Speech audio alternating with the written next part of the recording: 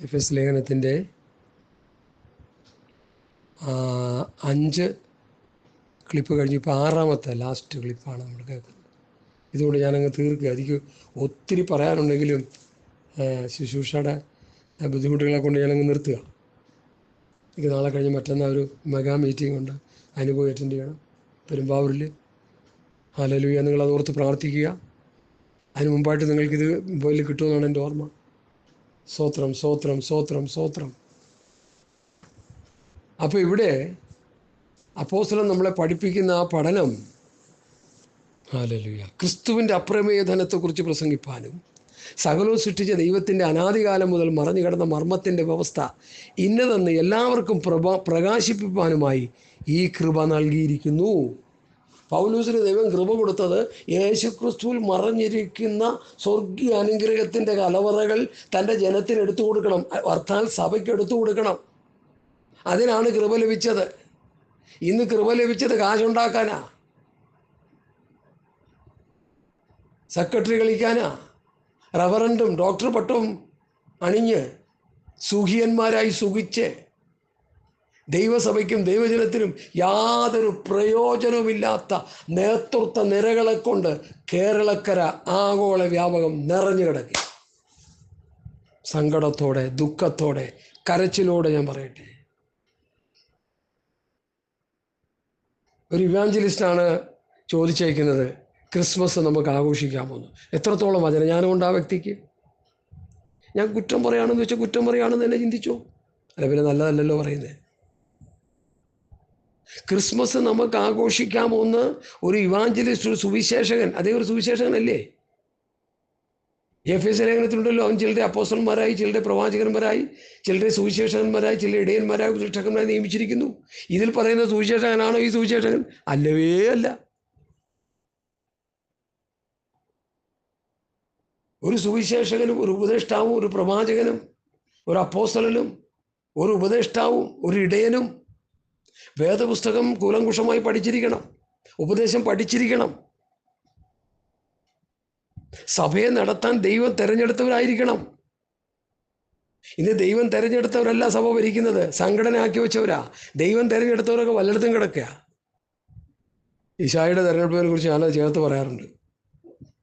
ഇശായിയുടെ ഭവനത്തിൽ തൈലക്കൊമ്പുമായിട്ട് ശമൂല് പോകുമ്പോൾ ഇശായിയുടെ മുമ്പിൽ ഓരോരുത്തരായിട്ട് ഇറക്കി വിടും. അപ്പോൾ ശമൂൽ എന്ത് ചെയ്യുക? ഈ തൈലക്കൊമ്പെടുത്ത് ഒഴിക്കാൻ പോയി അവനെ തള്ളിയിരിക്കാൻ. ഞാൻ 7 പേരെയും മുമ്പിൽ വരുത്തി 7 പേരെയും ദൈവം പറഞ്ഞു, ഞാൻ അവനെ തള്ളിയിരിക്കുക. അപ്പോൾ ഇന്ന് ഞാൻ അതിനെക്കുറിച്ച് പഠിച്ച് പറയുന്നത്, ദൈവം തള്ളിക്കളഞ്ഞവരായിരുന്നത് അവിടെ ചൂഷന്മാരായിട്ടിരിക്കുന്നത്. എന്നോട് പിണങ്ങല്ലേ, പിണങ്ങിയാലും എനിക്ക് കുഴപ്പമില്ല. മാനസാന്തരപ്പെട്ടോണം. 2025 നമുക്ക് ദൈവദിനവസ്ഥപ്രകാരം ശുശ്രൂഷ ചെയ്യണം. അതിനായി പറയുന്നത്. ആരെയും പിണക്കാനും ആരെയും സ്തോത്രം സങ്കടപ്പെടുത്താനും അല്ല ഈ പറയുന്നത്. മടങ്ങി വരണം, സഭ മടങ്ങി വരണം, ശുശ്രൂഷകന്മാർ മടങ്ങി വരണം. ചപ്പൻ ചവറവും പറയുന്നത് നിർത്തിയിട്ട് ഈ പൗലൂസ് പഠിപ്പിച്ച പോലെ സഭയെ പഠിപ്പിക്കണം. അതാ എൻ്റെ ആഗ്രഹം, അതാണ് ദൈവത്തിൻ്റെ ഹിതം. അതാ ഞാൻ പറഞ്ഞുകൊണ്ടിരിക്കുന്നത്. ഞാനിത് പറയുന്നതിന് ഒത്തിരി കഷ്ടതകൾ അനുഭവിക്കുന്നുണ്ട്. ഞാൻ അനുഭവിക്കുന്ന ശാരീരിക വ്യഥകൾ വളരെ വലുതാണ്.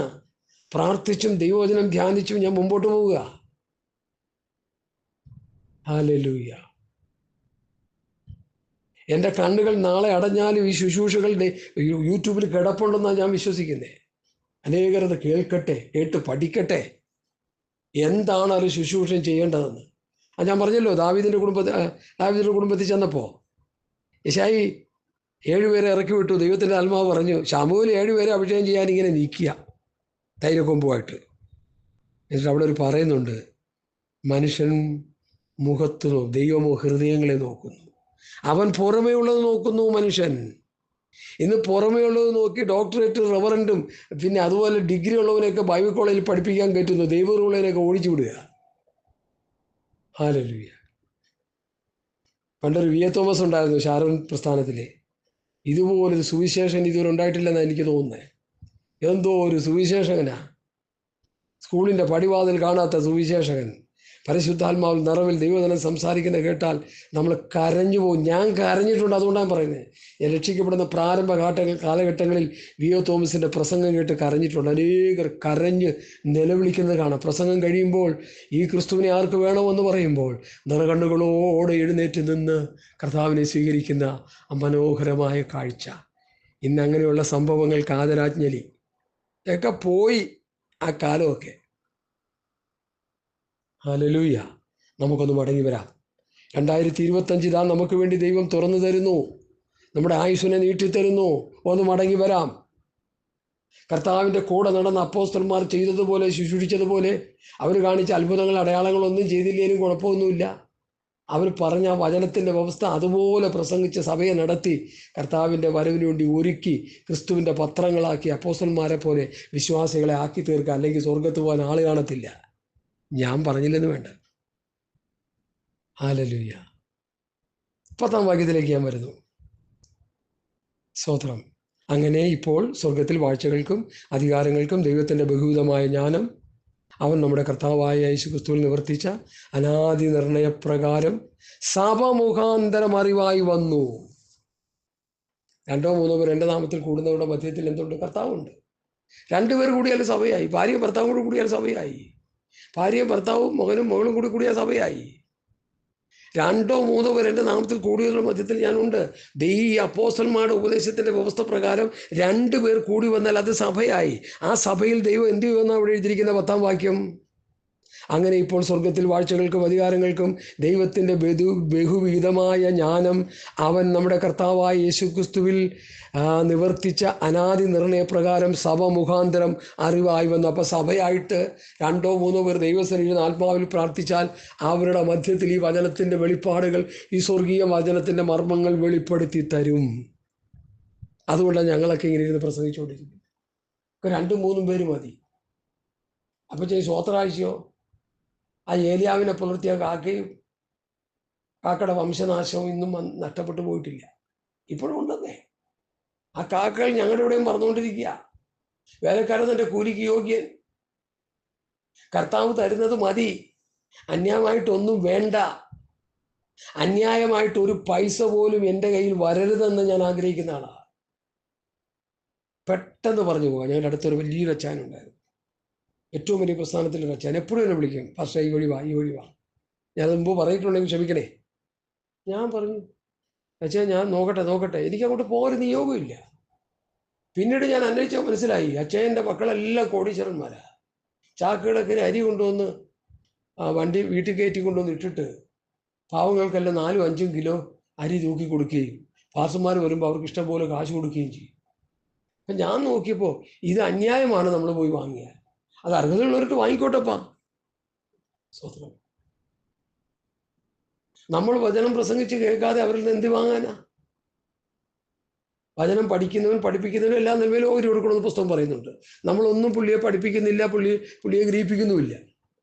ഒരു മണ്ണാങ്കട്ടയാറൂടാത്തൊരു അച്ചായല്ല. എനിക്ക് നന്നായിട്ട് അറിയാം പുള്ളി. അതുകൊണ്ടാണ് ഞാൻ പറയുന്നത്. പ്രസംഗം കേട്ടാൽ നമ്മൾ അവിടെ നിന്ന് ഓടിയ ഓട്ടം വീട്ടിൽ ചെന്ന് നിൽക്കുകയുള്ളൂ. അതുപോലെയൊക്കെ പ്രസംഗിച്ചു വിടുന്നത്. ബോധമില്ലാത്ത കാര്യങ്ങളൊക്കെ വിളിച്ചു പറയുന്നത്. അച്ചായൻ്റെ കാശ് എനിക്ക് വേണ്ടെന്ന് വെച്ചു. കാരണം എന്താ കാര്യം? എനിക്കത് വാങ്ങാൻ നിയോഗമില്ല. ഹല്ലേലൂയ. ദൈവഹിതമല്ലാത്ത കാശ് നമ്മുടെ കയ്യിൽ വരണ്ട. റൊണാൾഡോ ബോങ്ക പ്രസംഗിക്കാൻ നേരത്ത് ഒരു ദിവസം രാത്രി ഒരു ദർശനം കണ്ടു. ഒരു സ്വിമ്മിംഗ് പൂളിൽ ഒരു ഹിപ്പോപ്പൊട്ടാമസ് തൻ്റെ വീടിൻ്റെ മുറിയുടെ വാതിൽ ജനൽ തുറന്ന് നോക്കിയപ്പോൾ വാവണർന്ന് നിൽക്കുന്നു. പിറ്റേ ദിവസം ഒരു കോള് വന്നു. റൊണാൾഡോ ബോങ്കയല്ലേ? അതെ, ഞാനൊരു ഒരു ഒരു സുവിശേഷകയാണ് പോലും. ഇഷ്ടം പോലെ സുവിശേഷകരുണ്ടല്ലോ, നമുക്കറിയാം. ബോങ്കയ്ക്ക് എൻ്റെ വക കോടിക്കണക്കിന് രൂപ തരാൻ ഞാൻ ആഗ്രഹിക്കുന്നു. നിങ്ങളുടെ സുവിശേഷ പ്രവർത്തനങ്ങൾ. ബോങ്ക പെട്ടെന്ന് ഞെട്ടിപ്പോയി. നിഷ്കളങ്കനായ ഒരു മനുഷ്യനാണ് അദ്ദേഹം. ദൈവത്തിൽ പ്രാർത്ഥിച്ചു കഴിഞ്ഞപ്പോൾ നേരത്തെ കാണിച്ച ഹിപ്പോപ്പൊട്ടാമസിനെ വെളിപ്പെടുത്തി കൊടുത്തു. ഇരിക്കുന്ന സാധനം ഹിപ്പോപ്പൊട്ടാമസാണ്. ആ പണം കിട്ടിയ സാത്താൻ നിന്നെ വിഴുങ്ങും. സ്നേഹപൂർവ്വം അത് നിരസിച്ചു എന്നാണ് താനൊരു പുസ്തകത്തിൽ എഴുതിയത്. ഞാൻ വായിച്ചു നോക്കി. ഇങ്ങനെയുള്ള ദേവദാസന്മാരുണ്ടെന്ന് ലോകത്ത്. ഗൾഫ് യാത്രയ്ക്ക് വേണ്ടി നെട്ടോട്ടം ഓടുന്നവരുണ്ട്. പലിശയ്ക്ക് മേടിച്ച് ടിക്കറ്റ് എടുത്ത് ഓടുന്ന മഹാന്മാരും നമ്മുടെ നാട്ടിലുണ്ട്. ദൈവം അയക്കുന്നെങ്കിൽ ഞാൻ പോകട്ടെ, അല്ലെങ്കിൽ ഞാനിതിന് പോകണം. എന്നെ ദൈവം അയക്കുന്നെങ്കിൽ ഞാൻ വിദേശത്ത് പോട്ടെ, അല്ലെങ്കിൽ ഞാനിതിന് പോകണം. ഇന്ന് ലണ്ടനിൽ, നാളെ USA, മറ്റന്നാൾ ദുബായിൽ, പിന്നെ സ്വിറ്റ്സർലൻഡിൽ, ഇങ്ങനെ പാഞ്ഞു നടക്കുക പലരും. ആ നടക്കുന്നവരെ മനസ്സിലാക്കി നോക്കിയാലുണ്ടല്ലോ, ഞാൻ കൂടുതലൊന്നും പറയുന്നില്ല. ഹല്ലേലൂയ, സ്തോത്രം. ഇവിടെ പറയുന്നത് എന്താ പറയുന്നത്? അങ്ങനെ ഇപ്പോൾ സ്വർഗത്തിൽ വാഴ്ചകൾക്കും അധികാരങ്ങൾക്കും ദൈവത്തിൻ്റെ ബഹുവിധമായ ജ്ഞാനം നമ്മുടെ കർത്താവായ യേശുക്രിസ്തുവിൽ നിവർത്തിച്ച അനാദി നിർണയപ്രകാരം സഭ മുഖാന്തരം അറിവായി വരുന്നു. ദൈവസഭയായി 2 or 3 പേർ ദൈവസന്നിരുന്ന് ഈ ദൈവവചന വ്യവസ്ഥ പ്രകാരം നിങ്ങൾ പ്രാർത്ഥിക്കുകയും ആരാധിക്കുകയും ചെയ്താൽ സ്വർഗീയ മർമ്മത്തിൻ്റെ കലവറകൾ സ്വർഗത്തിലെ ദൈവം നിങ്ങൾക്ക് വെളിപ്പെടുത്തി തരും. ഹല്ലേലൂയ, സ്തോത്രം. ഇന്ന് ഞാനത് അനുഭവിച്ചുകൊണ്ടിരിക്കുക. അതുകൊണ്ടാണ് ഞാൻ ഈ പറയുന്നത്. വചനത്തിൻ്റെ വെളിപ്പാടുകൾ ദിവസവും കർത്താവ് എനിക്ക് തന്നുകൊണ്ടിരിക്കുക. രാവിലെ എഴുന്നേറ്റ് ഞാൻ ആത്മാവിൽ ആരാധിക്കും. ഞങ്ങളുടെ കൂട്ടായ്മകളിൽ ആദ്യം ആത്മാവിൽ ആരാധിച്ചിട്ടാണ് ഞങ്ങൾ പ്രാർത്ഥിച്ച് വചനം പ്രസംഗിക്കുന്നത്. വല്ലപ്പോഴും ഒരു 4 വരി പാട്ട് പാടിയാലായി. ഇന്ന് പാട്ട് കുർബാനയാണല്ലോ പെന്തക്കോസ്ത് പ്രസ്ഥാനങ്ങളിൽ നടക്കുന്നത്. ഒടുക്കത്തെ പാട്ടുകൊണ്ട് തന്നെ സഭായോഗം തീർക്കുന്ന മഹാന്മാരും ഞങ്ങളുടെ പട്ടണത്തിൽ കിടപ്പുണ്ട്. പിന്നെ എന്തിനാണ് ഈ ഉപദേശം എന്ന് ഞാൻ അവരോട് ചോദിക്കുക. തുമ്പും വെളിവില്ലാത്ത പോക്ക. അതുകൊണ്ട് വിശ്വാസികൾ തകർന്നുകൊണ്ടിരിക്കുന്നത്. ഈ തുമ്പുകെട്ട ഇടയന്മാരുടെ കൂട്ടത്തിൽ പോയി ദൈവവചനത്തിൻ്റെ യാതൊരു സത്യങ്ങളും കേട്ട് പഠിക്കാൻ കഴിക്കാതെ ഈ പാട്ടും പാടി തുള്ളിച്ചേർന്നതാണ്. ഇവരുടെ ഭാവി എന്താകും? ഞാൻ ചിന്തിച്ച് നടുങ്ങി പോകാറുണ്ട് ചില സമയം. പാസ്റ്ററിന് എന്താ ഇത്ര നടുക്കം? അതെ, യോഹന്നാൻ്റെ സ്തോത്രം, ലൂക്കോസിൻ്റെ സുവിശേഷം 16-ാം അധ്യായം ഞാൻ വായിച്ചുപോയി. അതുകൊണ്ടാണ് നടുക്കം എനിക്കുണ്ടായത്. അത് മനസ്സിലാക്കുന്നവർക്കായി സ്തോത്രം. നരകത്തെക്കുറിച്ചുള്ള ഒരു വെളിപ്പാട് ആ വചനത്തിൽ കർത്താവ് വെളിപ്പെടുത്തുന്നുണ്ട്. ഞാൻ ഈ തീജ്വാലയിൽ കിടന്ന് വേദന അനുഭവിക്കുന്നു. ഒരു തുള്ളി വെള്ളത്തിന് വേണ്ടി ദാഹിക്കുന്ന ഒരു ധനവാനെ അവിടെ നമുക്ക് കാണാൻ കഴിയും. കാശിന് പോക്കില്ലാതെ ധനവാന്റെ മേശയിൽ നിന്ന് വീഴുന്ന അപ്പനുറുക്കുകൾ പോലും തിന്നാൻ ആഗ്രഹിച്ചിട്ടും അതും ആർക്കും അവന് കൊടുത്തില്ല.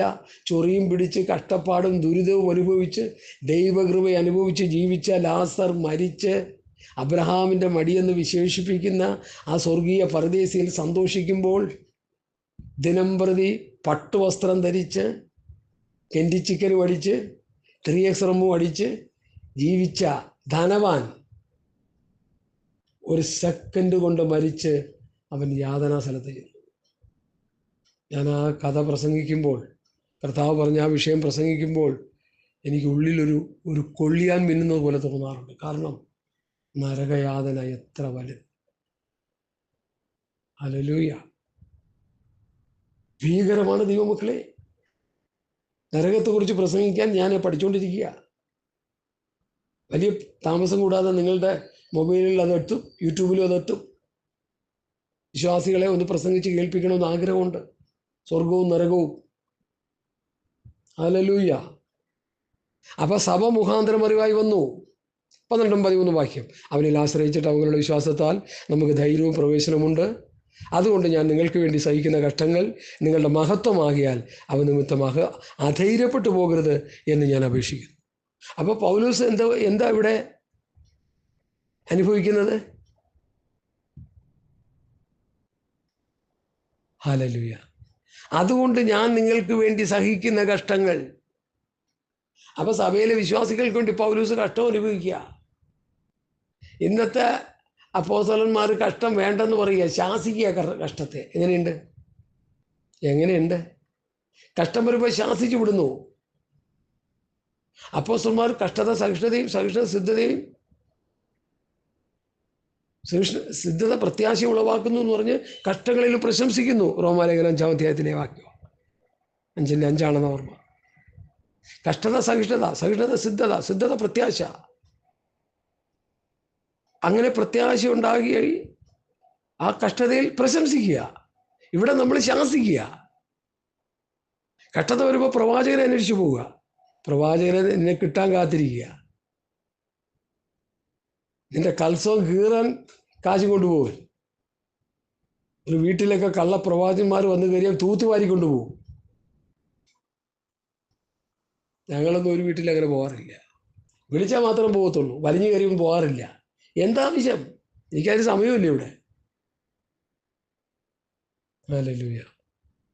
ദിവസവും ദൈവവചനം ധ്യാനിക്കുകയും പ്രാർത്ഥിക്കുകയും ആത്മീയമായ കാര്യങ്ങൾ ഉത്സാഹത്തോടെ പോകും. പിന്നെ ഇവിടെ സമയം. സ്തോത്രം, സ്തോത്രം. അപ്പോൾ അതുകൊണ്ട് ഞാൻ നിങ്ങൾക്ക് വേണ്ടി സഹിക്കുന്ന കഷ്ടങ്ങൾ നിങ്ങളുടെ മഹത്വമാകിയാൽ അവ നിമിത്തം അധൈര്യപ്പെട്ടു പോകരുത് എന്ന് ഞാൻ അപേക്ഷിക്കുന്നു. 15 മിനിറ്റ് ആവുള്ള അടുത്ത ക്ലിപ്പിന്. ആ 15 മിനിറ്റ് കൊണ്ട് അപ്പോസ്തലനായ പൗലോസ് എഫേസ്യ സഭയ്ക്ക് വേണ്ടി പ്രാർത്ഥിച്ചൊരു പ്രാർത്ഥന. പ്രാർത്ഥിക്കാൻ അറിഞ്ഞുകൂടാത്ത പെന്തക്കോസുകാർക്ക് ഞാനൊരു പ്രാർത്ഥനയുടെ മോഡല് നിങ്ങളെ വായിച്ച് പഠിപ്പിക്കാൻ പോവുക. ശ്രദ്ധിച്ച് കേട്ടോണം. എഫേസ്യ ലേഖനം 3-ാം അധ്യായത്തിൻ്റെ 14 മുതൽ 19 വരെയാണ് ആ പ്രാർത്ഥന. ഒന്ന് ശ്രദ്ധിച്ച് കേട്ടോണം. എൻ്റെ ക്രിസ്ത്യ ജീവിതത്തിൽ എന്നെ ഇളക്കി മറിച്ച പൗലൂസിൻ്റെ ചില പ്രാർത്ഥനകളിൽ ഒന്നാണ്. ഫിലിപ്പിയ ലേഖനത്തിൽ പൗലോസിൻ്റെ പ്രാർത്ഥനയുണ്ട്, എഫേസ്യ ലേഖനത്തിൽ 2 പ്രാർത്ഥനയുണ്ട്, കൊലോസ്യ ലേഖനത്തിൽ പ്രാർത്ഥനയുണ്ട്, റോമാലേഖനത്തിലുണ്ട് പ്രാർത്ഥന. പല ലേഖനങ്ങളിലും പ്രാർത്ഥന കിടപ്പുണ്ട്. അത് ആ നിലയിൽ എടുത്ത് പഠിക്കണം. എന്താണ് അവർ പ്രാർത്ഥിച്ചത്, നമ്മൾ എന്താ പ്രാർത്ഥിച്ചുകൊണ്ടിരിക്കുന്നത്? ഗാനവച്ചൻ പറയില്ല, കണ്ട ചപ്പിനും ചവറിനും വേണ്ടി തലയറിഞ്ഞ് പ്രാർത്ഥിച്ചുകൊണ്ടിരിക്കുന്ന പാസ്റ്റർമാർ, അത് കേട്ട് അങ്ങനെ തന്നെ പ്രാർത്ഥിക്കുന്ന പെന്തക്കോസ്തുകാരും. അങ്ങനെയുണ്ട്. ഞാനിത് കളിയാക്കുകയോ നിന്ദിക്കുകയോ ചെയ്യുന്നതല്ല ദൈവമക്കളെ. റിയൽ ട്രൂത്താണ് ഞാൻ പറഞ്ഞുകൊണ്ടിരിക്കുന്നത്. നിങ്ങൾക്ക് എന്നോട് ദേഷ്യമുണ്ടാകാം, ഒരു പക്ഷേ നിങ്ങൾക്ക് എന്നോട് വിരോധമുണ്ടാകാം. ഒരു കാര്യമില്ല ഉണ്ടായിട്ട്. ഞാൻ സത്യം പറയുക. ഞാനിത് 10-50 വർഷം കൊണ്ട് ഈ പെന്തക്കോസ്ത് കോളത്തെ പഠിച്ച് പറയുന്ന കാര്യങ്ങളാണ്. ഒരു വെള്ളിയാഴ്ച ഒരു സഭായത്തിന് പോയാൽ, അല്ല സഭയമല്ലല്ലോ, വെള്ളിയാഴ്ച ഉപവാസ പ്രാർത്ഥന. എന്ത് ഉപവാസ പ്രാർത്ഥന? ഒരു നേരത്തെ ഉപവാസം. ആ ഉച്ചയ്ക്ക് കഴിക്കാൻ നേരത്തെ 3 നേരത്തെ കൂടി ചേർത്തടിക്കുകയും ചെയ്യും. പിന്നെ എന്ത് ഉപവാസം? അത് പോട്ടെ. ഉപവാസ പ്രാർത്ഥനയ്ക്ക് എന്ന് കഴിഞ്ഞാൽ 2-3 ഡപ്പാങ്കൂത്ത് പാട്ടും പാടി, അത് കഴിഞ്ഞ് സഹോദരിമാരുടെ ഭാഗത്തു നിന്ന് 2-3 പേര്, സഹോദരന്മാരുടെ ഭാഗത്തു നിന്ന് 2 പേര്. ഈ 6 പേര് പ്രാർത്ഥിക്കുന്ന പ്രാർത്ഥന നിങ്ങളൊന്ന് റെക്കോർഡ് വെച്ചിട്ട് കേട്ടു നോക്കിയോ, എല്ലാം ഒരുപോലെ ഇരിക്കും. ഞാൻ പണ്ടൊരു അപ്പച്ചൻ പറഞ്ഞ് കളിയാക്കുമായിരുന്നു, നീ പ്രാർത്ഥിച്ചാൽ ശരിയായില്ല സഹോദരി, അതുകൊണ്ടാണ് ഞാൻ ഇന്ന് പ്രാർത്ഥിക്കുന്നു. സഹോദരന്മാർ പറയും, സഹോദര നീ പ്രാർത്ഥിച്ചാൽ ശരിയായില്ല, അതുകൊണ്ട് ഞാൻ പ്രാർത്ഥിക്കാം. ഇതെല്ലാം ഒരുപോലെ തന്നെ. ഞങ്ങളുടെ മക്കളെ അനുഗ്രഹിക്കണമേ, ഞങ്ങളുടെ കുഞ്ഞുങ്ങൾക്ക് ജോലി കൊടുക്കണമേ, വിസ കൊടുക്കണമേ, രോഗികളെ സൗഖ്യമാക്കണമേ, ഭൂതങ്ങളെ പുറത്താക്കണം കർത്താവേ, അത്ഭുതം ചെയ്യണം കർത്താവേ, അടയാളങ്ങൾ കാണിക്കണം കർത്താവേ, ഈ ദിവസങ്ങളിൽ നിന്റെ പ്രവൃത്തി വെളിപ്പെടുന്നത് കർത്താവേ. അങ്ങനെ പ്രാർത്ഥിക്കുന്നവരോട് നിങ്ങൾ സസൂക്ഷ്മമായി പ്രാർത്ഥന ഒന്ന് കേൾക്കേ, ദൈവത്തെ ഓർത്തൊന്ന് കേൾക്കേ. അത് നിമിത്തം അതിൻ്റെ 14 മുതൽ 19 വരെയാ. അത് നിമിത്തം ഞാൻ സ്വർഗത്തിലും ഭൂമിയിലും സകല കുടുംബത്തിലും പേര് കയറുവാൻ കാരണമായ പിതാവിൻ്റെ സന്നിധിയിൽ മുട്ടുകുത്തുന്നു. അവൻ തൻ്റെ മഹത്വത്തിൻ്റെ ധനത്തിനൊത്തവണ്ണം അവൻ്റെ ആത്മാവിനാൽ നിങ്ങൾ ശക്തിയോടെ ബലപ്പെടണം. എഫേസ്യയിലെ വിശ്വാസികൾ പരിശുദ്ധാത്മാവിൽ ശക്തിയോടെ ബലപ്പെടണം.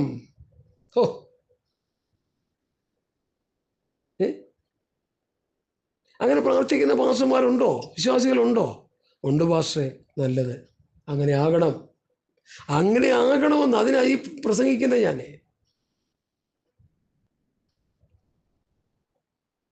അവൻ തൻ്റെ മഹത്വത്തിൻ്റെ ധനത്തിനൊത്തവണ്ണം അവൻ്റെ ആത്മാവിനാൽ, ദൈവത്തിൻ്റെ പരിശുദ്ധാത്മാവിനാൽ നിങ്ങളുടെ അകത്തെ മനുഷ്യൻ, നമുക്ക് പുറം മനുഷ്യനും അകമനുഷ്യനുണ്ടല്ലോ, അകത്തെ മനുഷ്യൻ ശക്തിയോടെ ബലപ്പെടണം. എങ്ങനെ ബലപ്പെടണം? പരിശുദ്ധാത്മാവിൻ്റെ ശക്തിയാൽ ബലപ്പെടണം. എങ്കിലും ഈ അത്യന്ത ശക്തി ഞങ്ങളുടെ സ്വന്തമെന്നല്ല എന്ന് പറയേണ്ടത്. നിക്ഷേപം ഞങ്ങൾക്ക് മൺപാത്രത്തിലേ പകർന്നിരിക്കുന്നത്. പരിശുദ്ധാത്മാവിൻ്റെ ശക്തിയുടെ നിക്ഷേപമായി ഏറ്റെടുത്ത് ആ ശക്തിയാൽ ബലപ്പെട്ടുകൊണ്ടിരിക്കണം. ശക്തിയോടെ ബലപ്പെടണം. ശൗൽ മേൽക്കുമേൽ ശക്തി പ്രാപിച്ചു. ദൈവത്തെക്കുറിച്ചുള്ള പരിജ്ഞാനത്തിൽ ജ്ഞാനത്തിൻ്റെയും വെളിപ്പാടിൻ്റെ ആത്മാവിനെ പ്രാപിക്കണം. നമ്മൾ വെളിപ്പാടിൻ്റെ ആത്മാവിനെ ജ്ഞാനത്തിൻ്റെയും വെളിപ്പാടിൻ്റെ ആത്മാവിനെ പ്രാപിക്കുകയും ആത്മശക്തി പ്രാപിക്കുകയും ചെയ്യണം. അതാണ് ഒരു വിശ്വാസിക്കും ഒരു ശുശ്രൂഷകനും വേണ്ടത്. അതിനാണ് എഫേസ്യയിലെ വിശ്വാസികൾക്ക് വേണ്ടി പ്രാർത്ഥിക്കുന്നത്. ഈ പ്രാർത്ഥനയിൽ എഫേസ്യയിലെ വിശ്വാസികൾക്ക് വേണ്ടിയുള്ള ജോലിയോ തടസ്സങ്ങളോ രോഗം കൊടുക്കണോ സൗഖ്യം കൊടുക്കണോ വല്ലതും ഉണ്ടോ? ഇതിലെ എന്തെങ്കിലും മാനുഷികമായൊരു വിഷയം ഈ പ്രാർത്ഥനയിലുണ്ടോ? അവൻ തൻ്റെ മഹത്വത്തിൻ്റെ തലത്തിൽ ഒത്തവണ്ണം അവൻ്റെ ആത്മാവിനാൽ നിങ്ങളാകത്തെ അവൻ്റെ ശക്തിയോടെ ബലപ്പെടണം. ക്രിസ്തു വിശ്വാസത്താൽ നിങ്ങളുടെ ഹൃദയങ്ങളിൽ വസിക്കണം. 2, വസിക്കാൻ വരം നൽകണം. നിങ്ങൾ സ്നേഹത്തിൽ വേരൂന്നണം. വേരൂന്നി അടിസ്ഥാനപ്പെട്ടവരായി വീതി, നീളം, ഉയരം, ആഴം എന്തെന്ന് സകല വിശുദ്ധന്മാരോട് ഗ്രഹിക്കണം. അപ്പോൾ ദൈവസ്നേഹത്തിൻ്റെ നീളവും വീതി, നീളം, ഉയരം, ആഴം എന്ന് സകല വിശുദ്ധന്മാരോട് ഗ്രഹിക്കണം. പരിജ്ഞാനത്തെ കവിയത ക്രിസ്തുവിൻ സ്നേഹത്തെ അറിയാൻ പ്രാപ്തരാകണം. പരിജ്ഞാനത്തെ കവിയുന്ന ക്രിസ്തുവിൻ സ്നേഹത്തെ അറിയാൻ പ്രാപ്തരാകണം. ദൈവത്തിൻ്റെ എല്ലാം നിറവോളം നിറഞ്ഞു വരികയും ചെയ്യണമെന്ന് ഞാൻ പ്രാർത്ഥിക്കുന്നു. പൗലോസ് എഫേസ്യയിലെ വിശ്വാസികളുടെ ആത്മീക ഉന്നമനത്തിന് വേണ്ടി മാത്രമാണ് പ്രാർത്ഥിക്കുന്നത്. ഞാൻ ഒരു ചർച്ചിൽ ചെന്നപ്പോൾ, കേരളക്കരയിലെ ഏറ്റവും വലിയ പ്രസ്ഥാനത്തിലെ ഒരു ചർച്ചിൽ ഞാൻ ചെന്നു. 2 വർഷം അവിടെ ചെന്ന് ഉപദേശം പറഞ്ഞു. ആ പാസ്റ്ററിന് അതൊന്നും വേണ്ട. പുള്ളിക്ക് ഭൗതികം മതി. രോഗി ഇച്ഛിച്ചതും വൈദ്യം കൽപ്പിച്ചതും ഒന്നെന്ന് പറഞ്ഞ പോലെ പുള്ളിക്ക് ഭൗതികം കിട്ടി. കാരണം മക്കളൊക്കെ നല്ല ജോലിക്കാരായി. മോളങ്ങാണ്ട് എനിക്ക് തോന്നുന്നു ഒരു ഗൾഫ് നാട്ടിലൊരു മിലിറ്ററി ഹോസ്പിറ്റലിൽ നേഴ്സായിട്ട് ജോലി കിട്ടി. നല്ലൊരു തുക മാസം വരുമാനമായി. 5 പൈസ വരുമാനം ഇല്ലാതെ കഷ്ടതയുടെ തീച്ചൂളിയിലൂടെ പോയ ഒരു പാസ്റ്ററാണ്. 2 വർഷം ഞാൻ പോയി അവിടെ ഉപദേശം പ്രസംഗിച്ചു. ഇദ്ദേഹം അത് അച്ചിലിട്ടതുപോലെ സ്വീകരിച്ചു. ഹല്ലേലൂയ. ശുശ്രൂഷ കഴിഞ്ഞിട്ട് പോകുമ്പോൾ ഞാനിത് പറയുന്നുണ്ട്. ദൈവമക്കളെ, നിങ്ങൾ ആരും ഒന്നും വിചാരിക്കരുത്. ആളും പ്രസ്ഥാനവും ഒന്നും ഞാൻ പറയത്തില്ല. ഞാൻ ശുശ്രൂഷ കഴിഞ്ഞ് പോരുമ്പോൾ ഈ മനുഷ്യൻ എൻ്റെ മുഖത്ത് നോക്കി പറയും, പാസ്റ്റേ എനിക്കൊന്നുമില്ല തരാൻ. ഞാൻ എന്ത് ചെയ്തെന്ന് നിങ്ങൾക്കറിയാമോ? ഞാനത് പറഞ്ഞിട്ട് ഞാൻ പറയുന്നതിൽ കർത്താവ് എന്നോട് ക്ഷമിക്കണേ, നിങ്ങളും എന്നോട് ക്ഷമിക്കണം. കർത്താവും ക്ഷമിക്കട്ടെ, നിങ്ങളും ക്ഷമിക്കട്ടെ. ഞാൻ എൻ്റെ കയ്യിലുള്ള ചെറിയതെങ്കിലും ഒരു തുകയെടുത്ത് ആ മനുഷ്യൻ്റെ പോക്കറ്റിൽ വെച്ചിട്ട് പാസ് ചെയ്തിരിക്കട്ടെ. 1 അല്ല 2 അല്ല, പല പ്രാവശ്യം ഇത് ചെയ്തെന്ന് പറയുക. അല്ലെങ്കിൽ ഞാനങ്ങ് പറഞ്ഞ ദൈവത്തിൻ്റെ കുറ്റം പറയുന്നവരായി ഞാൻ തീരും. ഞാൻ കുറ്റവാളിയായി മാറും. ദൈവം എന്നെ ശിക്ഷിക്കും. അതുകൊണ്ടാണ് ഞാൻ പറഞ്ഞത്, ഞാൻ ഉള്ളതേ ഞാൻ പറയത്തുള്ളൂ. ഇന്ന് ആ മനുഷ്യൻ സമ്പന്നതയുടെ മടിത്തട്ടിലായി. മക്കളെല്ലാം ജോലിക്കാരായി, നല്ല സാമ്പത്തിക ശേഷിയായി. ഞാൻ ഈ പറയുന്ന ഉപദേശം വാട്സപ്പിലൂടെ ഇട്ടുകൊടുത്തു. കുറേ നാൾ കഴിഞ്ഞപ്പോൾ താനത് കാണാതെയായി. ഒരിക്കലും കാണുന്ന പോലെ എനിക്ക് തോന്നിയില്ല. ഞാൻ എൻ്റെ വാട്സപ്പിൽ നിന്ന് അദ്ദേഹത്തെ കട്ട് ചെയ്ത് ദൂരെ കളഞ്ഞു. എനിക്ക് ദൈവസ്നേഹവും ദൈവവചനവും ആത്മീയവുമായിട്ടുള്ള ബന്ധമാണ് എനിക്ക് വലുത്. അത് ആ സ്നേഹം അങ്ങോട്ടും ഇങ്ങോട്ടും നമ്മൾ ചെയ്യുന്നില്ലെങ്കിൽ പിന്നെ നിങ്ങളുമായിട്ട് എന്ത് പ്രയോജനം? ഞാൻ ബുദ്ധിമുട്ടി കിടന്ന് പ്രസംഗിക്കുന്ന ഈ പ്രസംഗം നിങ്ങൾ കേട്ടിട്ട് അത് കേൾക്കാൻ ഒരു മനസ്സ് വയ്ക്കുന്നില്ലെങ്കിൽ പിന്നെ നിങ്ങളുമായിട്ട് എനിക്കെന്താ ബന്ധം? ഇന്നും ചപ്പും ചവറും പറഞ്ഞുകൊണ്ടിരിക്കുക. ഹല്ലേലൂയ. ഇന്റർനാഷണൽ പാസ്റ്റർമാരായിട്ട് വിലസാനാണ് അവർക്ക് താല്പര്യം. അവർക്ക് ദൈവവചനം പ്രസംഗിച്ച് ജനത്തെ പ്രബുദ്ധരാക്കണമെന്ന് താല്പര്യമില്ല. അവിടെയുള്ള കുറച്ച് വിശ്വാസികളാണെങ്കിലും അവർക്ക് വേണ്ടി പ്രാർത്ഥിച്ച് അവരെ ആത്മീക സമ്പന്നരാക്കാനായിട്ട് ഇന്ന് പാസ്റ്റർമാർക്ക് താല്പര്യമില്ല.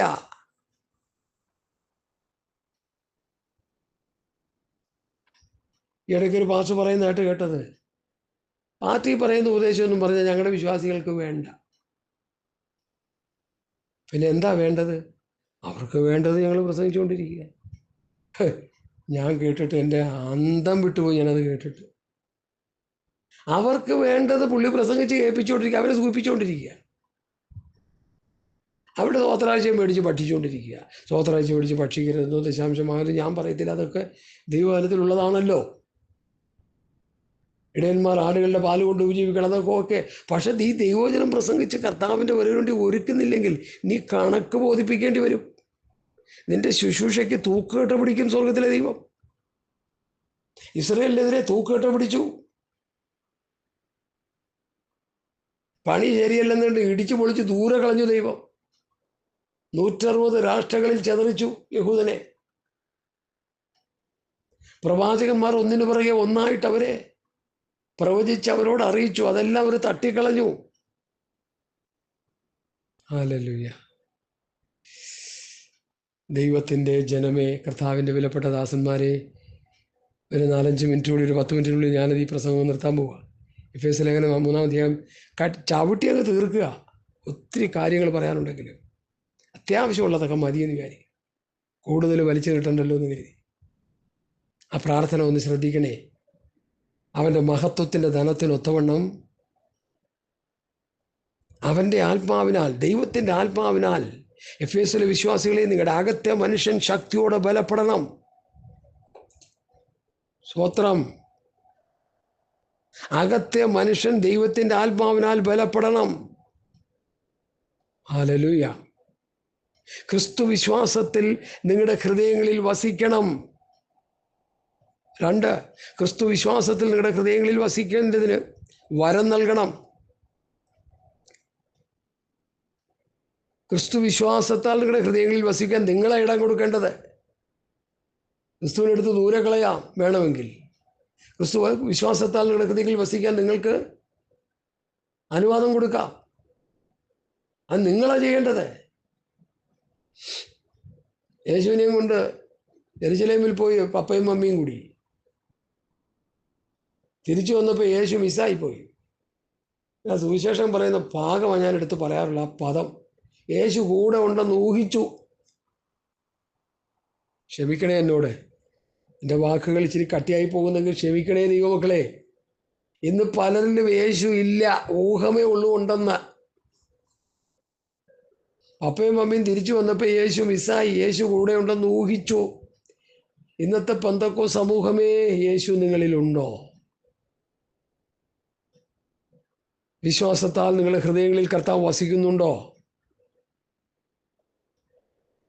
ക്രിസ്തു വിശ്വാസത്താൽ നിങ്ങളുടെ ഹൃദയങ്ങളിൽ വസിക്കേണ്ടതിന് വരം നൽകണമെന്നും, നിങ്ങൾ സ്നേഹത്തിൽ വേരൂന്നി, ദൈവസ്നേഹത്തിൽ വേണം വേരൂന്നാൻ. അടിസ്ഥാനപ്പെട്ടവരായി ദൈവസ്നേഹത്തിൽ വേരൂന്നി ദൈവവചനത്തിൻ്റെ വ്യവസ്ഥയിൽ അടിസ്ഥാനപ്പെട്ടവരായി വീതി നീളം ഉയരം ആഴം, ദൈവസ്നേഹത്തിൻ്റെ വീതി നീളം ഉയരം ആഴം എന്തെന്ന് സകല വിശുദ്ധന്മാരോടുകൂടി ഗ്രഹിക്കാൻ, അതെന്ന് സഭയായിട്ട് ഗ്രഹിക്കണം. അതാ ഒറ്റയ്ക്കിരുന്ന് പ്രാർത്ഥിക്കുന്നതെന്ന് പറയേണ്ട കാര്യം അതാ. 2 പേരെങ്കിലും വെച്ച് വേണം ദൈവസന്നിധിയിൽ നിന്ന് പ്രാർത്ഥിക്കാൻ. ഈ 2 പേരെയാണ് കർത്താവ് അയച്ചത്. 2 or 3 പേർ എൻ്റെ നാമത്തിൽ കൂടിയുള്ള മധ്യത്തിൽ ഉണ്ടെന്നാണ് കർത്താവ് പറഞ്ഞത്. കുറഞ്ഞ 2 പേരുള്ളപ്പോൾ ഒരു സഭയായത്. ഇന്ന് 50, 100, 200, 300, 500, 1000, 2000, 3000, 10000, 20,000, 25,000 സർക്കസ് കൂടാരങ്ങൾ പൊളിച്ച് പണിയുന്ന പോലെ പൊളിച്ച് പണിതിട്ട് 5000 ഉള്ളവൻ 10,000 ചേർക്കുക, 10,000 ഉള്ളവൻ 15,000 ചേർക്കുക, 15,000 ഉള്ളവൻ 20,000, 20,000 25,000, അങ്ങനെ ലക്ഷങ്ങളുടെ കണക്ക് പറഞ്ഞു പോവുകയാണ് ഇന്നത്തെ കാലഘട്ടത്തിലെ ചർച്ചുകൾ. ചർച്ചുകൾ എന്നൊക്കെ പറഞ്ഞാൽ തന്നെ പാപമാണ്. കൂട്ടങ്ങൾ. തമിഴൻ പറയുന്ന പോലെ പെരിയ കൂട്ടം പോട്ടിருக்கு. കേരളത്തിൽ നിന്നൊരു പാസ്റ്റേഴ്സ് സെമിനാറിന് ഒരു പാസ്റ്റർ അവിടെ ചെന്നു, ഒരു മലയാളി പാസ്റ്റർ. പുള്ളിക്ക് 300 പേരുണ്ട് വിശ്വാസി. പുള്ളി 300 പേരെയും വെച്ച് കറക്കാമ്പനി വരുത്തിക്കൊണ്ടിരിക്കുക. എനിക്ക് നന്നായിട്ട് അറിയാം, ഞാൻ പറയുന്നില്ല, ഞങ്ങളുടെ പട്ടണത്തിലുള്ളതാണ്. 300 പേരെ വെച്ച് ഇഷ്ടം പോലെ കാശ് മേടിച്ച് അടിച്ച് പൊളിച്ച് തൂക്കിച്ചോണ്ടിരിക്കുക. ഉപദേശമൊന്നും പുള്ളിക്ക് അറിയത്തുമില്ല. എനിക്ക് നന്നായിട്ട് അറിയാം പുള്ളിയെ. പണ്ട് ഞങ്ങൾ ഒരുമിച്ചൊരു സമയം കൂടിയതാണ്. ആളും പേരും ഒന്നും ഞാൻ പറയുന്നില്ല. പുള്ളി അവിടെ ചെന്നപ്പോൾ അവർ ചോദിച്ചു, പാസ്റ്റർ കേരളത്തിൽ നിന്ന് വന്നിருக்கு? ആമാ, കേരളത്തിൽ നിന്ന് വന്നിருக்கு. എത്ര പേരെ വെച്ചിருக்கு? 300 പേർ இருக்கு. 300 பேர் தானா? ஐயோ, நான் 6000 பேரை வச்சிருக்கு. அண்ணா 8000 பேரை வச்சிருக்கு. 6000 പേരെ വെച്ച് PP ഊതുന്നെന്ന്, മറ്റേത് 10,000 പേരെ വെച്ച് ഊതിക്കൊണ്ടിരിക്കുകയെന്ന്. PP ഊതുക, പാട്ട് പാടുക എന്നതിൻ്റെ അർത്ഥം. പാട്ടാ ഇവർക്ക് വേറെ ഒന്നുമില്ലല്ലോ. പാട്ടെന്നൊരു സംവിധാനം ന്യൂ ജനറേഷനിൽ പോയാൽ ഇവരുടെ സഭ പോയി. ലോകത്തിലെ പാട്ടുകാർ പാടുന്നതിനേക്കാൾ ഭയങ്കര മനോഹരമായ പാട്ടാണ് അവർ പാടുന്നത്. ഇൻസ്ട്രുമെൻസ് ഒക്കെ വെച്ചടിക്കും. ഇൻസ്ട്രുമെൻസ് ഒക്കെ ഉപയോഗിക്കാൻ നമ്മുടെ പെന്തക്കോസ്തുകാരെ വെച്ചിട്ട് ആളുള്ളൂ ഇവിടെ. എന്നാ വായനയപ്പോൾ വായിക്കുന്നു. ഞങ്ങളുടെ ഈ എറണാകുളം പട്ടണത്തിൽ ഒരു ഫ്ലൂട്ട് വായിക്കുന്ന ഒരു ചെറുക്കൻ മരിച്ചുപോയി കഴിഞ്ഞപ്പോൾ, എൻ്റെ ദൈവമേ, ഈ ചെറുക്കന് ശവശംസീരം വെച്ചിട്ട് ശവമഞ്ചം വെച്ചിട്ട് ആ വലിയ സീനിയർ പാസ്റ്റർ പറയുക, നമ്മുടെ ഈ സഹോദരൻ മരിച്ചുപോയി. സ്വർഗത്തിൽ മ്യൂസിക് ട്യൂബിൽ ഫ്ലൂട്ട് വായിക്കുന്ന ഒരുത്തൻ മിസ്സായിപ്പോയി, അതുകൊണ്ട് പുള്ളി അങ്ങോട്ട് വിളിച്ചതാണ്, നമ്മളാരും ഭാരപ്പെടേണ്ടത്. എന്താ എന്താ അവരോട് മറുപടി പറയണ്ടേ? എന്നിട്ട് പറഞ്ഞിട്ട് ഇവിടുന്ന് കൊക്കൊക്കെ വയ്ക്കുക. ആൾക്കാർ കൈയടിച്ച് പാസ്സാക്കിയത് ഞങ്ങളുടെ പാർട്ടി പറഞ്ഞത് ശരി. ഞാൻ പല പ്രസംഗത്തിലൂടെ രൂക്ഷമായ ഭാഷയിൽ അതിനെ ഖണ്ഡിച്ചു. ദയവ് ചെയ്ത് ഇങ്ങനെയുള്ള അബദ്ധങ്ങളും വിഡ്ഢിത്തങ്ങളും വിളിച്ച് പുലമ്പരുതേ. ആ മരിച്ചവൻ്റെ ഭാര്യ അവിടെ ഇരുന്ന് കരഞ്ഞുകൊണ്ടിരിക്കുക. സ്വർഗത്തിലെ മ്യൂസിക് ടീമിന് ഫ്ലൂട്ട് വായനക്കാരനെ നഷ്ടപ്പെട്ടപ്പോൾ അങ്ങോട്ട് വിളിച്ചു, അപ്പോൾ ഇവിടെ ഈ പുള്ളി പോയതാ, ഇനി നമുക്ക് വേറൊരുത്തനെടുക്കാമെന്ന്. ദൈവമക്കളെ, എന്താ ഈ പറഞ്ഞു കൂട്ടുന്നതേ? ഇതിൽ എന്തെങ്കിലും വസ്തുനിഷ്ഠമായ കാര്യമുണ്ടോ? ഞാൻ നിങ്ങളോട് ചോദിക്കാം, നിങ്ങൾ എനിക്കൊന്ന് കമൻ്റ് ഇടണേ. ഉണ്ടെങ്കിൽ ഉണ്ടെന്ന് പറയണേ, ഇല്ലെങ്കിൽ ഇല്ലെന്നൊന്ന് കമൻ്റ് ഇട്ടേക്കണേ. ഈ പുള്ളി പറയുന്നതിൽ എന്തെങ്കിലും വസ്തുനിഷ്ഠമായ കാര്യമുണ്ടോ? സത്യമുണ്ടോ? ഇതിലെ വചനത്തിന് എന്തെങ്കിലും തെളിവുണ്ടോ? പറയുന്നത് ശരിയാണോ? എന്തിനാ ഇങ്ങനെയുള്ള പോഷത്വങ്ങൾ വിളിച്ചു പറയുന്നത്? ദുഃഖാർത്ഥരായിട്ടിരിക്കുന്ന ബന്ധുമിത്രാദികളുടെയും സ്നേഹിതന്മാരുടെയും നടുവിൽ എന്തിനിങ്ങനെയുള്ള പോഷത്വങ്ങൾ വിളിച്ചു പറയുന്നു? അവർക്കൊരു ആശ്വാസത്തിന് വേണ്ടിയാണോ? അവരെ സന്തോഷിപ്പിക്കാനാണോ? ഇപ്പോൾ ഞാൻ മനുഷ്യനെയോ ദൈവത്തെയോ സന്തോഷിപ്പിക്കുന്നത്? ഞാൻ മനുഷ്യനെ പ്രസാദിപ്പിച്ചാൽ ദൈവത്തിൻ്റെ ദാസനായിരിക്കില്ല. ഗലാത്യർ 1:10. നമ്മൾ മനുഷ്യരെയല്ല പ്രസാദിപ്പിക്കേണ്ട, ദൈവത്തെയാ. ഒരു മരണം നടന്നു കഴിഞ്ഞാൽ അവിടെ പോയി കഴിയുമ്പോൾ അവർ പറയുന്ന കാര്യങ്ങൾ കേട്ടുകൊണ്ട് നമുക്കവിടെ ഇരിക്കാൻ പറ്റത്തില്ല. അതുപോലെയുള്ള പോഷത്വങ്ങളാണ് വിളിച്ചു പറയുന്നത്. ഹല്ലേലൂയ. ഞാൻ എൻ്റെ വാക്കുകളെ പരിമിതപ്പെടുത്തട്ടെ. ഇപ്പം തന്നെ ഏകദേശം സമയം തീർന്നിരിക്കുക. അത് നിമിത്തം ഞാൻ സ്വർഗത്തിലും ഭൂമിയിലും സകല കുടുംബത്തിനും പേർ വരുവാൻ കാരണമായ പിതാവിൻ്റെ സന്നിധിയിൽ മുട്ടുകുത്തുന്നു. അവൻ തൻ്റെ ആത്മാവിനാൽ അവൻ തൻ്റെ മഹത്വത്തിൻ്റെ ധനത്തിനൊത്തവണ്ണം അവൻ്റെ ആത്മാവിനാൽ നിങ്ങളകത്തെ മനുഷ്യൻ ശക്തിയോടെ ബലപ്പെടണം. 2, ക്രിസ്തു വിശ്വാസത്താൽ നിങ്ങളുടെ ഹൃദയങ്ങളിൽ വസിക്കാൻ വരം നൽകണമെന്നും. 3, നിങ്ങൾ സ്നേഹത്തിൽ വേരൂന്നി അടിസ്ഥാനപ്പെട്ടവരായി വീതി, നീളം, ഉയരം, ആഴം എന്ന് സകല വിശുദ്ധന്മാരോട് ഗ്രഹിക്കണം. 5, പരിജ്ഞാനത്തിൽ കവിത ക്രിസ്തു സ്നേഹത്തെ അറിയാൻ പ്രാപ്തരാകണം. സ്വത്രം. ദൈവത്തിൻ്റെ എല്ലാം നിറവോളം നിറഞ്ഞു വരണം. 7 കാര്യങ്ങളുണ്ട് ഇവിടെ. 7 കാര്യങ്ങൾ. ഒരു കാര്യം കൂടി പറയാം. എഫേസ്യ ലേഖനത്തിൽ 1-ാം അധ്യായത്തിൽ ഒരു 7 ഉണ്ട്, 2-ാം അധ്യായത്തിൽ 7 ഉണ്ട്, 3-ാം അധ്യായത്തിൽ 7 കാര്യമുണ്ട്, 4-ാം അധ്യായത്തിൽ 7 വിഷയങ്ങളുണ്ട്, 5-ാം അധ്യായത്തിൽ 7 വിഷയങ്ങളുണ്ട്, 6-ാം അധ്യായത്തിൽ 7 വിഷയം. 7 ഏഴുകളുണ്ട്. 7 ഏഴുകൾ 6 അധ്യായങ്ങളിലുണ്ട്. സുപ്രധാനമായ കാര്യങ്ങൾ. ഒന്ന് പെട്ടെന്ന് പഠിച്ചു പോകാനാണെങ്കിൽ 7 സർവായുധവർഗം 6-ാം അധ്യായത്തിൽ പറയും. മറ്റേതിൽ എല്ലാത്തിലും ഇവിടെ ഈ പ്രാർത്ഥന നിങ്ങൾ എണ്ണി നോക്കിയോ, 7 കാര്യങ്ങൾ ഇവിടെ പറയുന്നുണ്ട്. ദൈവസ്നേഹത്തിൻ്റെ നീളം, ഉയരം, ആഴം, വീതി, നീളം, ഉയരം, ആഴം എന്തെന്ന് വിശുദ്ധന്മാരോട് ഗ്രഹിപ്പാനും പരിജ്ഞാനത്തെ കവിയുന്ന ക്രിസ്തു സ്നേഹത്തെ അറിയാൻ പ്രാപ്തരാകണമെന്നും ദൈവത്തിൻ്റെ എല്ലാം നിറവോളം നിറഞ്ഞു വരണമെന്നും പ്രാർത്ഥിക്കുന്നു. ദൈവത്തിൻ്റെ എല്ലാം നിറവും ക്രിസ്തുവിൻ്റെ സമ്പ്രദായ പ്രായത്തിൻ്റെ അളവിലോളം വളർന്നു വരണം. ദൈവകൃപയിൽ നിറഞ്ഞു വരണം. കർത്താവ് ഈ ഭൂമിയിലായിരുന്നപ്പോൾ ഏതൊക്കെ ആത്മീയമായ അവസ്ഥയിൽ വളർന്നു വന്നോ അതേപോലെ മനുഷ്യരാകുന്ന നമ്മളും വളർന്നു വരണം. ക്രിസ്തുവിൻ്റെ സമ്പ്രദായ പ്രായത്തിൻ്റെ അളവ്, അതാണ് മെഷർമെൻ്റ് കൊടുത്തേക്കുന്നത്. ഏത് സഭയിൽ അതിനുവേണ്ടി ഉപദേശം പറയുന്നത്? അതുകൊണ്ടാണ് ബാലൻ സാറ് പറഞ്ഞത്, അപ്പോസ്തലന്മാരുടെ ഉപദേശം സഭയിൽ പ്രസംഗിച്ചാൽ ഉപദേശപ്രസംഗം വരത്തില്ല. കാരണം അവർ പറയുന്ന പോലെ എല്ലാ സഭകളും പറയാൻ തുടങ്ങിയാൽ വിശ്വാസികളുടെ ആത്മീയ നിലവാരം എല്ലാം ഒന്നുപോലെ ആകും. അവരെല്ലാവരും വളർച്ച പ്രാപിക്കും, ആത്മീയ വളർച്ച പ്രാപിക്കും, ആത്മീയ വർധന പ്രാപിക്കും, ആത്മീയ നിറവ് പ്രാപിക്കും. അങ്ങനെ അവർ സ്വർഗത്തിൽ പോകാനായിട്ട് ഒരുങ്ങും. പിശാചിന് അത് ഇഷ്ടമല്ല. അതാണ് പിശാചിൻ്റെ അടിമനുഖത്തിൽ പലരെയും കുടുക്കിയിട്ടിരിക്കുന്നതെന്ന് ഇനിയെങ്കിലും നിങ്ങൾക്ക് വിശ്വസിക്കാൻ മനസ്സുണ്ടോ? ഹല്ലേലൂയ. ഞാൻ എൻ്റെ വാക്കുകളെ ഇവിടെ പരിമിതപ്പെടുത്തുക. ഇനിയും സന്ദർഭങ്ങൾ വരുമ്പോൾ നമ്മളതെടുത്ത് പ്രസംഗിക്കും. അതുകൊണ്ടാണ് ഞാൻ ഈ തൽക്കാലം ഇവിടെ നിർത്തുന്നത്. ഈ 7 വിഷയത്തെ, ഓരോ വിഷയത്തെ എടുത്ത് അപഗ്രഥിച്ച് 10-25 മിനിറ്റ് മതി. ഓരോ 7 വിഷയങ്ങളുള്ളതിൽ ഓരോന്നിനെ അരമണിക്കൂർ എടുത്ത് പ്രസംഗിച്ച് നമുക്ക് കാര്യങ്ങൾ പഠിച്ചെടുക്കാൻ പറ്റും. അതിനുള്ള സമയങ്ങൾ ഞാനത് ചെയ്തിട്ടുണ്ട്. ചില സഭകളിലൊക്കെ അങ്ങനെയുള്ള അവസരം തരാറുണ്ട്. തലയോലപ്പറമ്പിൽ ഒരു ക്ലാസ്സിന് ഞാൻ പോകുന്നുണ്ട്. അവിടെ കൊലോസ് ലേഖനത്തിൻ്റെ ക്ലാസ്, നിങ്ങൾ ഫോണിൽ കേൾക്കുന്ന ക്ലാസ് മുഴുവൻ തലയോലപ്പറമ്പിൽ പ്രസംഗിക്കുന്നതാണ്. ആ കർത്താവിൻ്റെ ദാസൻ ഞാൻ ചെല്ലുമ്പോൾ പറയുന്നത്, സമയം എത്ര വരെ പാസ്റ്റേ? അത് പാസ്റ്ററിൻ്റെ ഇഷ്ടം പോലെ. ശരാശരി 1.5 മണിക്കൂർ 2 മണിക്കൂർ തീർത്തും ക്ലാസ് പോലെ അവിടെ എടുക്കാറുണ്ട്. വളരെ സന്തോഷം. അവിടുത്തെ ക്ലാസ്സുകൾ അനുഗ്രഹമാണ്.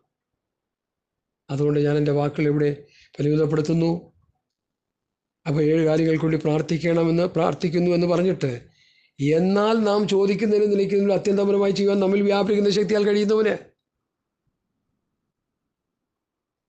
അങ്ങനെ ദൈവത്തിന് പ്രസാദമുള്ളൊരു പ്രാർത്ഥന നമ്മൾ കഴിച്ചു കഴിയുമ്പോൾ, ആ പ്രാർത്ഥനയുടെ ആ സ്വത്ര അവസ്ഥയിലേക്ക് നമ്മൾ വന്നു കഴിയുമ്പോൾ, നാം ചോദിക്കുന്നതിനും നിലയ്ക്കുന്നതിനും അത്യന്തപരമായി ചെയ്യുവാൻ നമ്മിൽ വ്യാപരിക്കുന്ന ശക്തിയാൽ, നമ്മളിൽ ഒരു പരിശുദ്ധാത്മാവിന്റെ ശക്തി വ്യാപരിക്കുന്നത്, ആ ശക്തിയാൽ നമ്മിൽ വ്യാപരിക്കുന്ന ശക്തിയാൽ കഴിയുന്നവനെ സഭയിലും ക്രിസ്തുയേശുവിലും എന്നേക്കും തലമുറ തലമുറയായി മഹത്വം ഉണ്ടാകുമാറാകട്ടെ.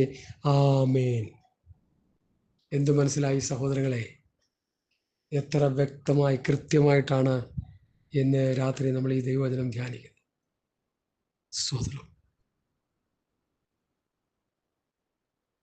7 ക്ലിപ്പുകളാണ് എഫേസ്യ ലേഖനം 3-ാം അധ്യായത്തിന് വേണ്ടി അരമണിക്കൂർ വീതം നമ്മൾ ധ്യാനിച്ചതായ 7 ക്ലിപ്പുകൾ. നിങ്ങളിത് 7 ക്ലിച്ച് കേൾക്കുക. ഇച്ചിരി കട്ടിയിൽ ഞാൻ പറയുന്നുണ്ട്, ഇച്ചിരി ശക്തിയോടെ ഞാൻ പറയുന്നുണ്ട്, കർത്താവ് തന്ന ആത്മീയ അധികാരത്തോടെ ഞാൻ പറയുന്നുണ്ട്. എല്ലാം ശരിയാ. അങ്ങനെ പറഞ്ഞാലേ ശരിയാവത്തുള്ളൂ. ശുശ്രൂഷകന്മാർ ഗൗരവമുള്ളവരായിരിക്കണം. ഇന്ന് കുരപ്പിക്കുകയും ചിരിപ്പിക്കുകയും ഛർദ്ദിപ്പിക്കുകയും ഊതിയിടുകയും ഉന്തിയിടുകയും ചെയ്യുന്ന ശുശ്രൂഷകന്മാർ എന്ത് ചെയ്താൽ ആൾക്കാർക്ക് ഒരു ബുദ്ധിമുട്ടുമില്ല. പത്യവചനം പ്രസംഗിക്കുമ്പോൾ നീറ് കടിക്കുന്ന പോലെ തോന്നുക പലർക്കും. അത് തോന്നണ്ട. വചനങ്ങൾ സന്തോഷത്തോടെ ഏറ്റെടുക്കുക. ഈ ദൈവവചനം ധ്യാനിക്കുക. സ്തോത്രം. തൻ്റെ തേജസ്സിൻ്റെ നിത്യധനം, കൃപയുടെ അത്യന്ത ധനം, ക്രിസ്തുവിൻ്റെ അപ്രമേയ ധനം, തൻ്റെ മഹിമാധനം, എല്ലാം ഞാൻ പറഞ്ഞു കഴിഞ്ഞു. വാക്യങ്ങളെല്ലാം ഇതിലുണ്ട്. തേജസ്സിൻ്റെ നിത്യധനം എന്നുള്ളത് റോമർ 9:23-24 പഠിക്കാനുള്ളവർക്ക് വേണ്ടി മാത്രം പറയുന്നു. 2 കൊരിന്ത്യർ 4:17 തേജസ്സിൻ്റെ നിത്യഘനം, എറ്റേണൽ വെയിറ്റ് ഓഫ് ഗ്ലോറി, മറ്റേ റിച്ചസ് ഓഫ് ഹിസ് ഗ്ലോറി. 3 എഫേസ്യർ 2:6 കൃപയുടെ അത്യന്തധനം, the riches of his grace. 4 എഫേസ്യർ 3:8 ക്രിസ്തുവിൻ്റെ അപ്രമേയ ധനം, unsearchable riches of Christ. Hallelujah. 5 കൊലോസ് ലേഖനം 1:27 മഹിമാധനം, റിച്ചസ് ഓഫ് ഗ്ലോറി. ക്രിസ്തുവിൻ്റെ അപ്രമേയ ധനത്തെക്കുറിച്ചാണ് പൗലോസ് പ്രസംഗിച്ചത്. യേശു ക്രിസ്തുവിലൂടെ നമുക്ക് ലഭ്യമാകുന്ന സ്വർഗീയ അനുഗ്രഹങ്ങളുടെ കലവറയാണ് അപ്പോസ്തലന്മാർ പ്രസംഗിച്ചത്. ഇന്നത്തെ അപ്പോസ്തലന്മാരുടെയും ഇന്നത്തെ പൗലോസിൻ്റെയും ഇന്നത്തെ പത്രോസിൻ്റെയും ഇന്നത്തെ യോഹന്നാൻ്റെയൊക്കെ പ്രസംഗങ്ങൾ എന്താണ്? എന്തൊക്കെയോ പ്രസംഗിക്കുക. അവർ പ്രസംഗിക്കുക എന്താണെന്ന് പോലും അവർക്ക് തന്നെ അറിയത്തില്ല പലർക്കും. ഞാൻ കളിയാക്കുകയല്ല, ഞാൻ അവരെ തേജോവധം ചെയ്യുകയല്ല. I am telling true. ഞാൻ സത്യം വിളിച്ചു പറയുക. ഒറ്റ വഴിയേ ഉള്ളൂ ഇതിൽ നിന്ന് രക്ഷപ്പെടാൻ. പൗലോസ് എങ്ങനെ പ്രസംഗിച്ചു, പത്രോസ് എങ്ങനെ പ്രസംഗിച്ചു, സ്തേഫാനോസ് എങ്ങനെ പ്രസംഗിച്ചു, ഫിലിപ്പോസ് എങ്ങനെ പ്രസംഗിച്ചു. എൻ്റെ പാറ്റേൺ കിടപ്പുണ്ട് വേദപുസ്തകത്തിൽ. അത് പ്രസംഗിച്ച് ജനത്തെ കേൾപ്പിച്ച് അവരെ കർത്താവിൻ്റെ വരവിന് വേണ്ടി ഒരുക്കുവാൻ നമുക്ക് ഒരുങ്ങുവാനും അവരെ ഒരുക്കുവാനും സർവശക്തനായ ദൈവം കൃപ ധാരാളമായി നമ്മുടെ മേൽ ചൊരിയട്ടെ എന്ന് ആത്മാർത്ഥമായി പ്രാർത്ഥിച്ചുകൊണ്ട് എഫേസ്യ ലേഖനം 3-ാം അധ്യായത്തിൻ്റെ പഠനം താൽക്കാലികമായി ഇവിടെ നിർത്തുന്നു. അടുത്ത ആഴ്ചയിൽ വേറെ ഏതെങ്കിലും നമ്മളൊരു വിഷയം ദൈവാത്മാ ഹൃദയത്തിൽ ഹേമിക്കുന്നതായിരിക്കും. പ്രാർത്ഥിച്ച് പ്രകാശിപ്പിക്കുന്ന വിഷയമാണ് ഞാനടുത്ത് പറയുന്നത്. ഈ ലേഖന പഠനത്തിനായി നമുക്ക് സ്തോത്രം ചെയ്യാം. സ്തോത്രം ഒരു വാക്ക് പ്രാർത്ഥിക്കാം. നല്ല ദൈവമേ, സ്വർഗീയ പിതാവേ, എഫേസ്യ ലേഖനം 3-ാം അധ്യായത്തിൻ്റെ 7-ാമത്തെ ക്ലിപ്പ് വരെയും ഞങ്ങൾക്ക് ഒരുമിച്ച് ധ്യാനിക്കാനിടയായി. അനേക കാര്യങ്ങൾ പൗലൂസ് പഠിപ്പിച്ചത് ഞങ്ങൾക്ക് ധ്യാനിപ്പാനിടയായി, പഠിക്കുവാനിടയായി.